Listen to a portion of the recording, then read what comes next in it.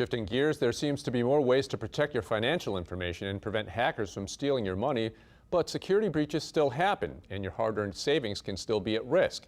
Leslie Snadowsky, video blogger with Biz New Orleans, has some advice on how a strong offense can be your best defense against financial fraud. If it hasn't happened to you yet, it's not a matter of if, it's a matter of when. When will you spot a suspicious charge on a credit card bill? When will someone steal your bank or debit card information? When will someone open a credit account in your name? Billions of dollars are lost every year due to deposit account fraud, so you need to take some steps to make sure you're not in that number. First, check your credit report to see if any identity thieves opened any accounts in your name. They could overdraw that account or create large debts that are reported to credit bureaus.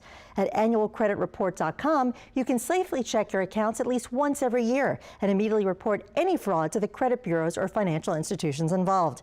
But even if you get a problem resolved, a successful identity thief could have easily shared your financial information with other thieves who keep opening accounts in your name.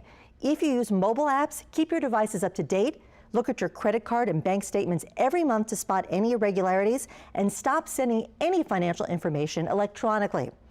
Second, if you do find something is wrong, report it immediately. According to the Consumer Financial Protection Bureau, if you notify your bank or credit union within 48 hours of discovering the loss or theft of an ATM, debit, or credit card, the bank or credit union can't hold you responsible for more than $50. But if you notify your bank or credit union after 2 business days, you could be responsible for up to $500 in unauthorized transactions.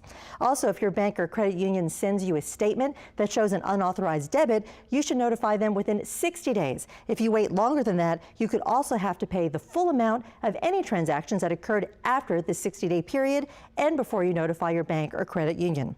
Now, the third thing you need to do is file a police report and contact your financial institution to shut down any compromised accounts. Try to get them to transfer your funds to a new account as soon as possible and get new account numbers and bank or credit cards.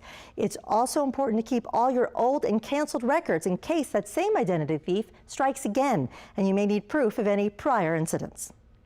Thank you, Leslie. You can read more about this topic and other local business stories and see Leslie's Bizcast videos at bizneworleans.com.